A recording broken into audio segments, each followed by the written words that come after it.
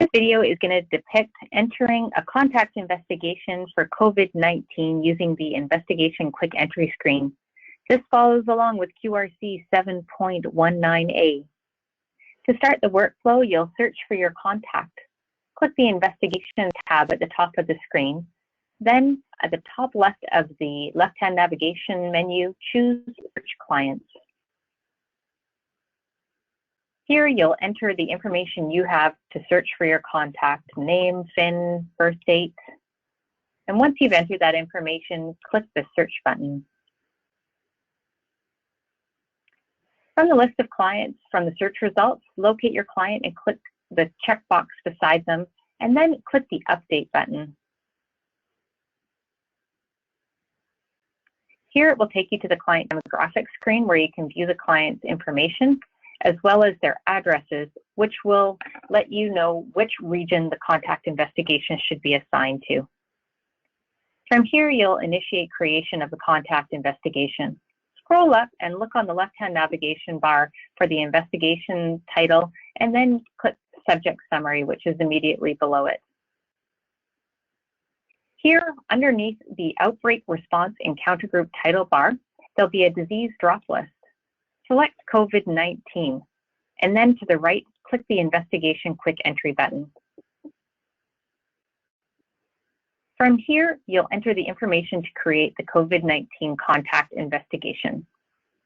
In the Disease Details section, select the appropriate classification. Under Reporting Source, enter how you learned about this contact, either surveillance form or client self-reporting. Choose the region. Notice that this will work like a type ahead. So if you start typing the region, the list will filter down.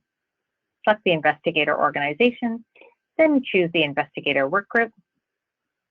Next, choose the disposition of follow-up in progress, the client's home address at time of initial investigation, and the microorganism. Continue to scroll down the screen. In the Client Details section, if you have healthcare provider information, you can enter it here. We'll continue on to the Sign and Symptoms section. Here, you can indicate a response to any signs and symptoms that you've discussed with the client. You can choose a response for each sign and symptom individually, or if you have a number of signs and symptoms that will have the same response, you can go ahead and select multiple and assign the same response to all of them. So make your selections and then click the Set Response button at the top.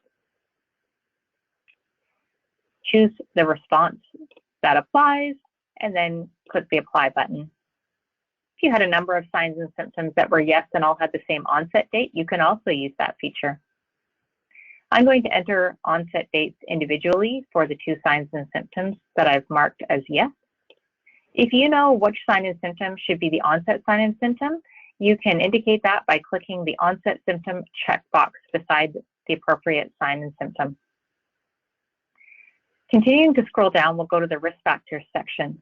It works similar to the Sign and Symptom section, where you can choose individual responses, or you can select multiple and do the set response.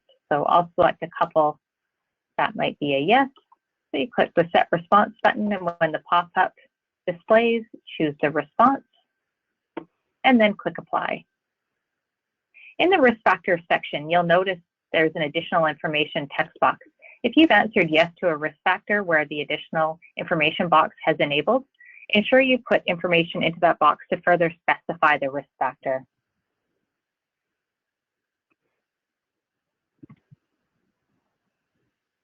If you know the frequency or effective dates for risk factors, you could also enter those here. Now we'll click Save, and after Save, additional sections will become available on the quick entry screen, and we will go ahead and create the acquisition event for this contact, indicating where they potentially acquired COVID-19. So once the investigation is successfully created, scroll to the bottom of the screen and click this second hyperlink titled Exposure Summary. Here, look for the Acquisition Event Summary title bar, and then beneath it, click the Quick Entry button. Here, you would fill out all the information you have, including start and end dates, setting, the nature of exposure, etc.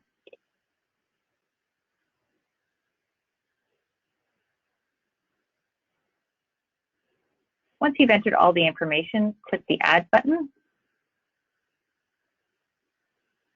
and then click the Save button. At any time, if you want to return to the investigation quick entry screen, as long as the investigation is in context, you can do so by clicking the Investigation Quick Entry hyperlink to the right of the screen.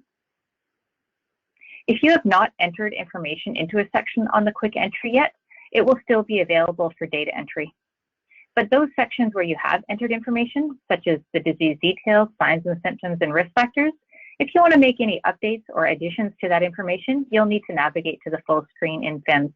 Hyperlinks are provided in the top right corner of each section. Detailed QRCs are also available for all these functions, and you can find them listed on the last page of QRC 7.19a and on the FIMS Manitoba website. That ends this workflow.